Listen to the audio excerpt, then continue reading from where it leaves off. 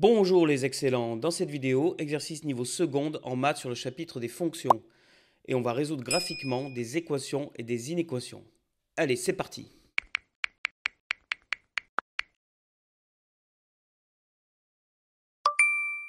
Donc premier petit exercice, résoudre dans R les équations suivantes. La première question, x carré égale 5. Et comme il s'agit de résolution graphique, nous allons nous aider d'un schéma dans lequel on va tracer la fonction x carré, également la fonction y égale 5. Retenez bien, quand vous devez résoudre graphiquement une équation, un des côtés de l'équation, c'est une première courbe. Donc ici, la courbe y égale x carré, fonction de référence que vous avez étudiée. Et ici, la courbe y égale 5. Vous prenez le membre de gauche, vous rajoutez un y, ça vous donne la première équation.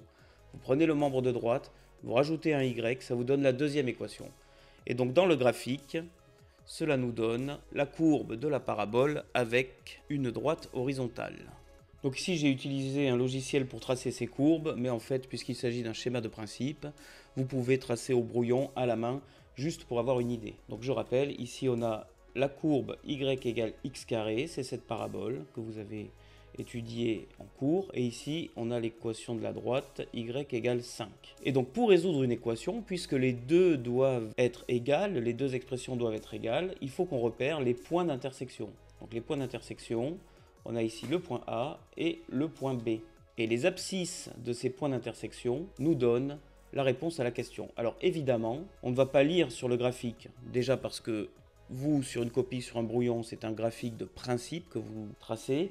Et ensuite, parce que même si le graphique a été tracé par un logiciel ou bien votre calculatrice, eh bien, les valeurs que vous lirez pour les abscisses de A et de B seront approximatives. Mais ici, on voit donc, ce qui est important à remarquer, c'est qu'on a deux solutions au niveau des x, ici et là, et qu'elles sont opposées. Bien sûr, les deux solutions sont x égale moins racine de 5 et x égale plus racine de 5.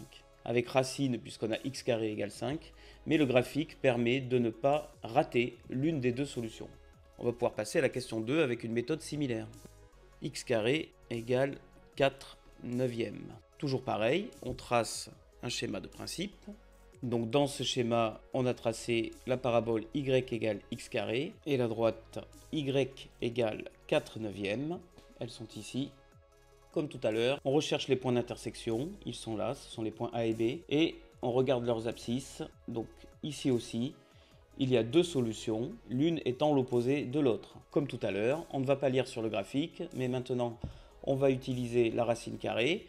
Donc on voit ici que, bien sûr, en appliquant la racine carrée sur 4 neuvièmes, on va obtenir cette solution-là, et avec le signe moins, l'opposé, on va obtenir cette solution-là. On a donc l'ensemble des solutions, c'est moins racine de 4 neuvièmes et racine de 4 neuvièmes. Alors, ceci répond à la question, mais vous devez simplifier au maximum ces racines. Alors, nous allons simplifier sur le côté racine de 4 neuvièmes.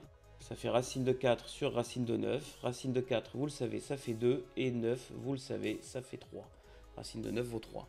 Et donc, l'ensemble des solutions, c'est finalement moins 2 tiers et 2 tiers.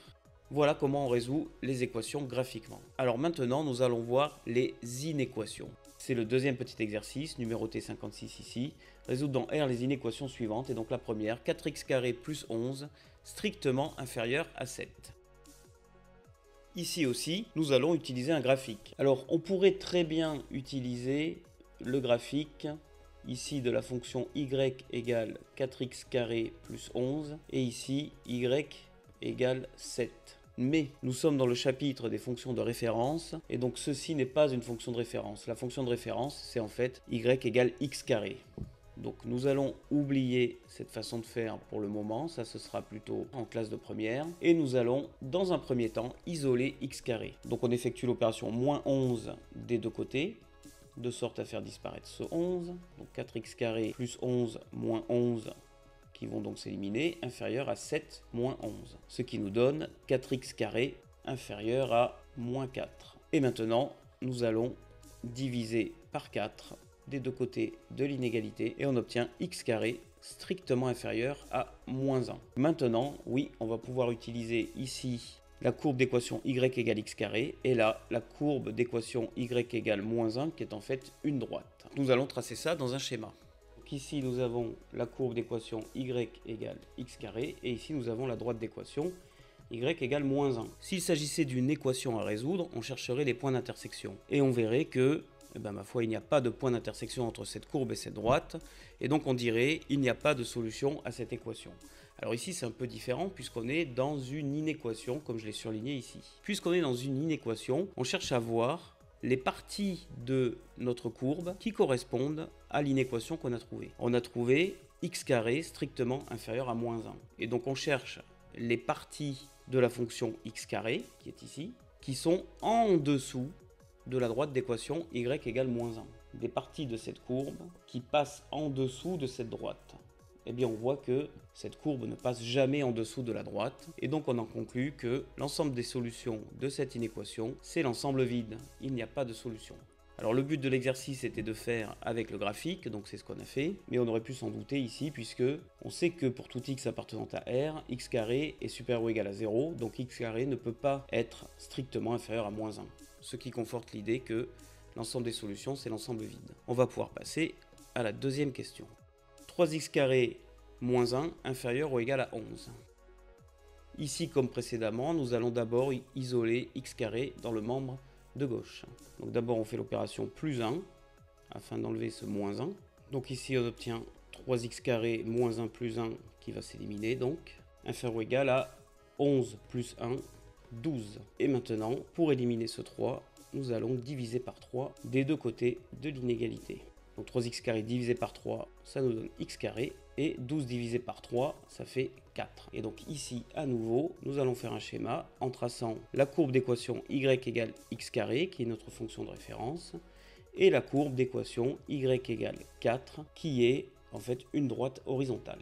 Ici, nous avons la courbe y égale x carré, et ici la droite y égale 4. Alors on peut remarquer qu'il y a deux points d'intersection. Mais comme nous sommes dans une inéquation, ce qui nous intéresse le plus, c'est qui est au-dessus de quoi. Donc ici, on va chercher les parties de la courbe y égale x carré qui sont en dessous, puisque inférieur, donc en dessous de la droite y égale 4. Les parties de la courbe qui sont en dessous de la droite y égale 4, eh bien, c'est cette partie-là. Et comme ici, il y a inférieur ou égal, ça comprend également les deux points d'intersection. Une fois qu'on a trouvé ça, qu'est-ce qu'on fait? Eh bien comme tout à l'heure, on regarde ce que ça donne au niveau des x. Alors là c'était y égale 4, donc on sait qu'ici c'est exactement x égale moins 2, et là x égale plus 2. Et maintenant on regarde à quelle partie au niveau des x correspond cette partie de la courbe que l'on a surlignée. Donc on a surligné, on a pris le point d'intersection, donc on prend ce point là aussi, et celui-là aussi, et puis on avait dit c'est cette partie de la courbe qui nous intéresse. Et donc pour chaque point de cette courbe, on regarde les x qui correspondent. Et donc les x vont de moins 2 à plus 2. On en conclut ainsi que l'ensemble des solutions de cette inéquation, c'est l'intervalle moins 2 plus 2. C'est l'intervalle fermé, puisque grâce au inférieur ou égal, on a droit au point d'intersection, et donc on a le droit à ces x là, x égale moins 2 et x égale plus 2. Voilà, ceci termine cette question et ces deux petits exercices. La résolution graphique d'équations et d'inéquations n'a plus de secret pour toi. Donc si cette vidéo t'a aidé, pense à liker et à t'abonner. Pour d'autres ressources, va checker mon site web en description. Moi je te dis à très bientôt dans une prochaine vidéo. Et n'oublie pas, pour devenir excellent, c'est Lucien Prof.